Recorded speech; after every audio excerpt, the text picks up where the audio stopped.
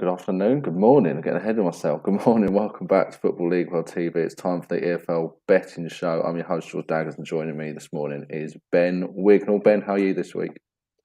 Yeah, I'm alright. I came desperately close last week to landing the all-important accumulator on this show, but unfortunately it wasn't Oldham who got the last-minute goal. It was Carlisle in that relegation six-pointer, so hoping to finally get an accurate this week. Landing a banker last week in Portsmouth, so hopefully I've got another one to come, but there's some very tough action to call in the whole EFL this week, so it's try to come up with some interesting picks. Yeah, certainly don't envy your task this week, Ben. Punters watching at home, get in touch. Let us know what do you fancy this weekend. We're across Facebook, YouTube, and Twitter for the next 10 or 15 minutes. We are live. Let's get straight into it, though. And first of all, we're going to be talking this weekend's banker.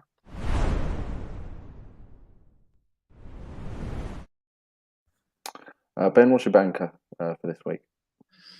You know, when I was looking at my picks, this is a spoiler. There's no League One picks whatsoever in these picks. I just thought there was too many, tough games to pick. There's promotion contenders playing each other, and there's either, the likes of Sunderland playing Crewe. There's a lot of mismatches in that league this week. So I've decided to delve into League Two for my banker this week, and I've gone with Bristol Rovers at home to Harrogate. They are 10 to 11 in most places. I think Bristol Rovers have been in incredible form since the turn of the year. They've only lost twice. They've picked up 28 points from a possible 42, and they've kind of moved themselves into playoff contention after being in mid-table for a lot of the season. It's probably where they would have expected to be around the promotion places with the squad they've got. The likes of Aaron Collins, he's kind of putting it together at the minute with some good scoring form. He's been kind of like the key driving force to their good form, and they're playing a team who probably, they were pretty excited at the start of the season. Harrogate, weren't they, doing the top three? They were struggling to lose games, and now they've probably tailed off to where they probably expected to be. So before the season in mid-table, they've only won 3 of the last 14. Harrogate, so I fear that they might be a bit of a sitting duck here. They have had a few draws recently, but I think with the firepower and the attacking talent that Bristol Rovers have got, I think they could potentially blow Harrogate away here, especially on home soil. So I think 10 to 11's a pretty fair price. I was expecting a little bit shorter, to be fair. So I think that's a pretty solid choice for my banker, my nap of the week. Yeah, I mean, Bristol Rovers, they look like the team that could potentially sneak into the League Two playoffs now, don't they? There's always a team that ends up like that. It looks like it could be the Gas, doesn't it, Ben? Yeah, well, there's a lot of teams in that race at the minute for the playoffs. On Mansfield have come from seemingly nowhere in the last few months to go on a major unbeaten run. We'll see if that continues tonight against Tranmere. But yeah, Bristol Rovers definitely one of those teams that are looking to sneak into the playoffs. They were struggling at the start of the season. They couldn't really seem to string wins together, but they've kind of found that form now, and they're kind of showing why they were pre-season tips for promotion. Yeah, Joey Barton's been certainly going nicely now in League Two. Let's get to this weekend's accumulator picks now.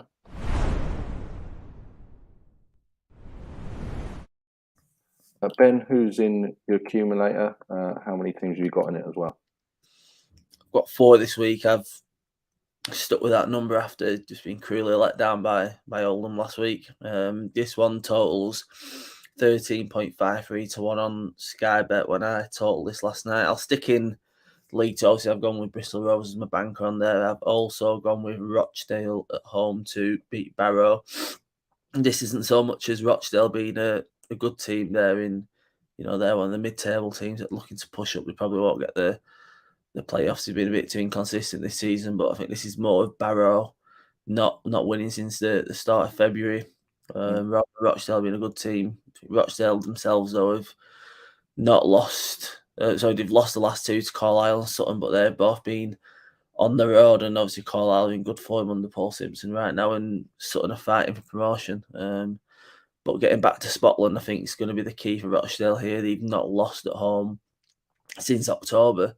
So, that's an incredible run of form. There's been quite a few draws in there, but when you've not lost that long at your home ground, it's hard to see a way how you're going to lose, and especially against a Barrow team that have been struggling in recent times. They're down in 22nd. Obviously, they'll be fighting for their lives, but it's hard to see them getting a result, especially when Rochdale last time beat Northampton at home, who are up in second. So they'll have confidence going into that one back on home soil.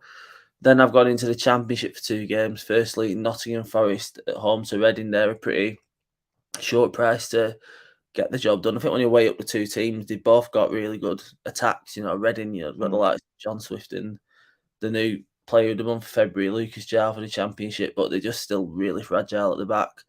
Conceded 4 against Blackpool.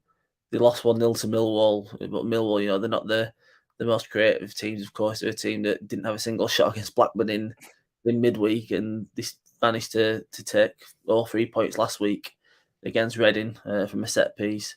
So I struggle to see them going up to Forest and getting anything, especially when Forest have a solid defence themselves, and I think they're a bit of a different animal in attack. They seem to be grinding results out even when they're not winning, like that last minute goal against Sheffield United last week. That will be a big confidence boost to them. Getting through in the FA Cup as well will also be big for them. So I think they'll take this momentum and maybe even blow Reading away on Saturday at City Ground.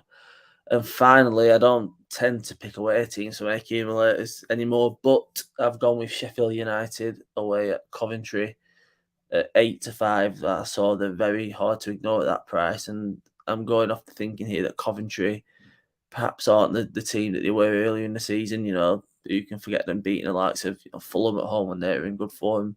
But I feel a lot more inconsistent now, Coventry, and I think along with Fulham, Sheffield United, probably the best team in the league right now. They're showing under Paul Heckingbottom, the team he could have been under Slavisa Jokanovic, and even when they rotate players, the likes of Sander Berge on first teamers week in, week out, they've got those options, even with injuries, that they can rotate and get these results. It was a big statement beating Middlesbrough 4-1, and I think it's 38 points out of a possible 51 for Sheffield United, which is fantastic form, and I can't see them letting up against Coventry. So that's a fourfold, 2 teams in Championship, 2 teams in League Two.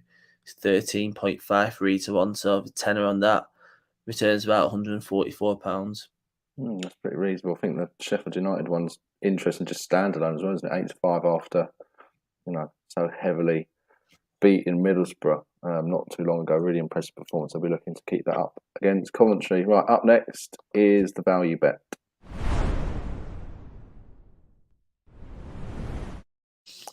What's your pick here, Ben? Well, 13-5, it's probably justified considering you've not won a game since December, but I've seen enough signs from Peterborough in the last few weeks to suggest he might be able to beat Stoke at home and finally get that first win for 3 months. Obviously, you can't ignore the fact that they've lost 3-0 at home to Hull and away at Huddersfield recently, but they did lose to Fulham by 1 goal a few weeks back, but they supposedly put on a pretty spirited performance, and obviously they got a point against Bournemouth in midweek, so they're definitely showing signs that they're up for the relegation scrap. Whether or not they get out of it is going to be very unlikely at this stage, but I think they're facing the right kind of team right now. Stoke, I think we're probably a bit lucky to get away with a point from Barnsley in midweek, and there's a lot of discontent at that club right now. Off the pitch, fans are not in the Michael O'Neill camp. There's a bit of a split there, and losing Nick Powell won't be a help for them for Stoke. And this could go 1 or 2 ways. Stoke probably don't have anything to play for now, so the pressure could very well be off them. But with Peterborough scrapping for their lives, I think they'll be really up for this one. And 13-5, considering obviously they've not won a single game in 3 months, I think that's a pretty fair price. But it's one I might take a few quid on, because they've definitely got signs in attack. Jack Marriott's scored against Bournemouth, and he's getting the service, and he's a good player at Championship level. So yeah, it was a pretty tough one to pick an outside, because there's not many outsides I fancy this week, but Peterborough just stood out at that price, and against a team that are struggling a little bit right now in Stoke, they could just sneak this one. Yeah, I think that's a good shout. Stoke are interesting prospect at the moment, aren't they? The way they've fallen away. They started the season pretty well. And now they look like a team that, hasn't got the flip-flops out, because I don't think you can go on holiday when you're struggling for form like they are, but they certainly seem to be a team that is meandering towards a mid-table finish, and Peterborough will be looking to take advantage of that this weekend. So I think that's a pretty good shout there, Ben. We'll have to see if it comes in, of course. One final selection to talk about before we go, and that is the wild card.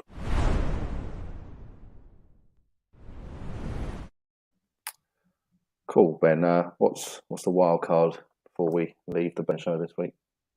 So if anyone's watched FLW TV, being a regular, they'll probably know that I'm not the biggest fan of Blackburn Rovers for obvious reasons. But I was looking at a few angles in this game. I did look at a potential 0-0 because Blackburn have been struggling for goals recently. Ben Brereton Diaz is injured. But I just thought that Bristol City, might get at least one with the form that Andy Vyman and Antoine Semenyo are in. So I instead, when I saw Bradley Dack might be in the squad for Blackburn after coming back from, his horrible long-term injury, he's been out for over a year now, but he's been building his fitness back up in the under 23s. I think this is just written in the stars for him to probably return off the bench and get the winning goal. So I've gone with Bradley Dack to score the last goal of this game at 13-2. I imagine he'll probably come off the bench for the last 10 minutes if Blackburn need a goal, and they definitely need something to keep kind of they're still in the playoff place at the minute, but they've got teams creeping up on them behind them.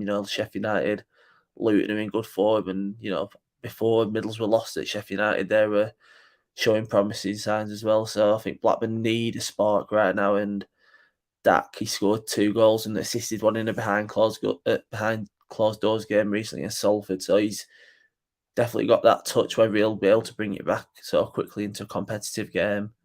Obviously remains to be seen, but with a heavy heart, I am backing a Blackburn player here, and at 13, it's not a bet I've done before, last goal bet, but just decided to go outside the box. Guess what? It's a wild card. Yeah, and I like it, Ben. You've kind of put your allegiances to one side and let romance take over here. And I think a lot of people will be happy seeing Bradley Dack get on the score sheet. Perhaps not Bristol City fans this weekend if it means they lose the game. But it'd be good to see him at least back on the pitch after such a long time out injured, wouldn't it? Yeah. No one can say I'm very biased when I'm picking a Blackburn player to maybe get me some readies in time for Cheltenham. But he's a good player, Bradley Dack, and it's been a bit of a shame to see him out of these knee injuries for so long. But if there's a player who can come back from that and get Blackburn firing, it's probably going to be him. But I wouldn't want to be relying on him too much. Obviously, with the issues he's had, did we want to get Brereton back as well soon? Yeah, certainly will. That'll be interesting to look out for. Potentially one of the big headlines this weekend if Bradley Dack does come on for Blackburn and have a positive impact against Bristol City this weekend.